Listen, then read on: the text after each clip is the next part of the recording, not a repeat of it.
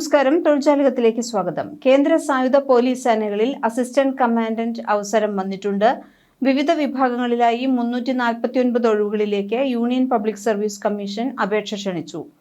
July 19 നടത്തുന്ന central armed police forces command പരീക്ഷ മുഖേനയാണ് തെരഞ്ഞെടുപ്പ് വരുന്നത്. ഓൺലൈൻ അപേക്ഷ മാർച്ച് 12 വരെയാണ്. സ്ത്രീകൾക്കും പുരുഷന്മാർക്കും അസിസ്റ്റന്റ് കമാൻഡന്റ് തസ്തികയിലേക്ക് അപേക്ഷിക്കാം.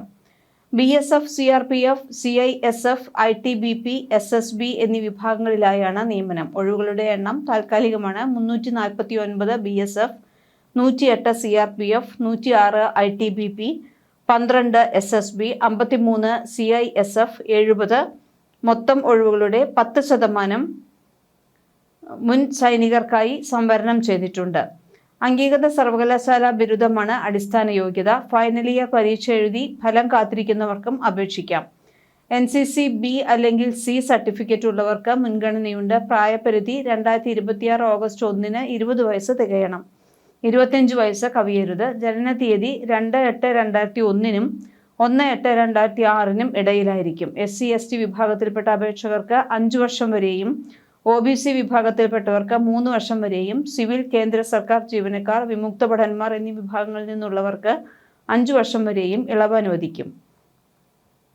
ഫീസ് 200 രൂപയാണ്. സ്ത്രീകൾക്കും പട്ടിക വിഭാഗക്കാർക്കും ഫീസില്ല. ഓൺലൈൻ അപേക്ഷയുടെ അവസാന തീയതി മാർച്ച് 12 വൈകുന്നേരം 6 മണി വരെ. തെരഞ്ഞെടുപ്പ് രീതി 2 പേപ്പറുകളുള്ള എഴുത്തു പരീക്ഷയായിരിക്കും. ശാരീരിക ക്ഷമതാ പരിശോധനയുണ്ട്, മെഡിക്കൽ പരിശോധനയുമുണ്ട്, ഇന്റർവ്യൂ, പേഴ്സണാലിറ്റി ടെസ്റ്റ് ഉണ്ട്. ഇവയുടെ എല്ലാം അടിസ്ഥാനത്തിലായിരിക്കും തെരഞ്ഞെടുപ്പ്. ജൂലൈ 19 എഴുത്തു പരീക്ഷ നടക്കുക.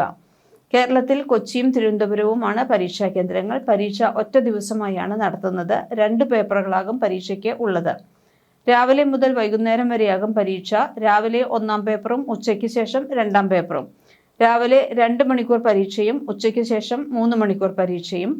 അങ്ങനെ ആകെ 5 മണിക്കൂറാണ് പരീക്ഷാ സമയം. പേപ്പർ 1 രാവിലെ 10 മുതൽ ഉച്ചയ്ക്ക് 12 വരെയും പേപ്പർ 2 ഉച്ചയ്ക്ക് 2 മണി മുതൽ വൈകുന്നേരം 5 വരെയും.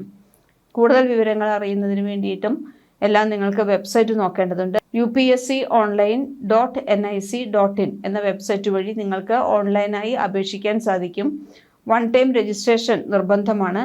അവസാന തീയതി മാർച്ച് 12. ഇന്ത്യൻ പൗരന്മാർക്കൊപ്പം നേപ്പാൾ, ഭൂട്ടാൻ സ്വദേശികൾക്കും അപേക്ഷിക്കാവുന്നതാണ്. upsconline.nic.in എന്ന വെബ്സൈറ്റ് മുഖേനയാണ് നിങ്ങൾ അപേക്ഷിക്കേണ്ടത്. കൂടുതൽ വിവരങ്ങൾ upsc.gov.in ലഭ്യമാണ്. കൂടുതൽ തൊഴിൽ വാർത്തകൾക്ക് ഈ ചാനൽ സബ്സ്ക്രൈബ് ചെയ്യും.